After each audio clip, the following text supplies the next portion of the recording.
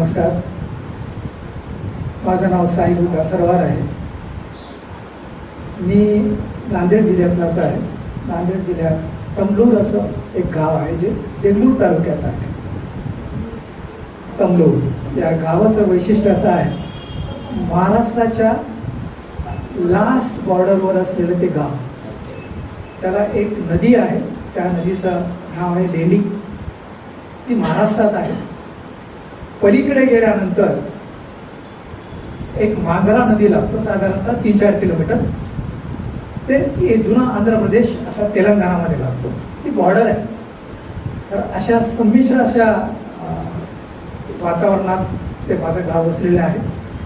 आणि त्या गावाचं एक वैशिष्ट्य असं आहे, तिथे अनेक प्रकारच्या भाषा बोलल्या जातात. महाराष्ट्रात आहे म्हणून मराठी, कानडी लोक म्हणण्यापेक्षा महाराष्ट्रात कन्नड बोलणारे लोकांची संख्या माझ्या गावात मोठ्या प्रमाणात आहे, म्हणून कन्नड भाषा बोलली जाते. निजामाच्या अंडरखाली असल्यामुळे उर्दूचं प्राबल्य तिथे होतं. आता पण उर्दू बोलल्या जातं. उर्दू मिक्स तेलुगू, आपले हिंदी, ही एक हैदराबादी भाषा असल्यासारखं आहे. शिक्षण मराठीमध्ये. तर एखादा नवीन व्यक्ती जर बस स्टँडला आला असेल तर चक्रावून जाईल. म्हणजे माझे मित्र जे कन्नड बोलणारे आहेत ते मला तेलुगूशी बोलतील, मी त्याच्याशी कन्नडमध्ये बोलेन.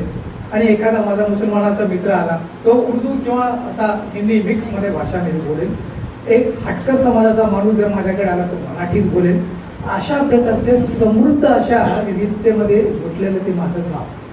आणि गावाचं एक वैशिष्ट्य असं आहे की दोन्ही नद्या लागून असल्यामुळे पावसाळ्यात साधारणतः दोन्ही नद्या एक होतात. आणि नदीकाठची जमीन जी आहे ना, अत्यंत सुपीक आहे. आमच्या गावाविषयी असं सांगितलं जातं की शोधून सुपारी फोडण्यासाठी सुद्धा दगड सापडत नाही, इतकी काळी जमीन आहे.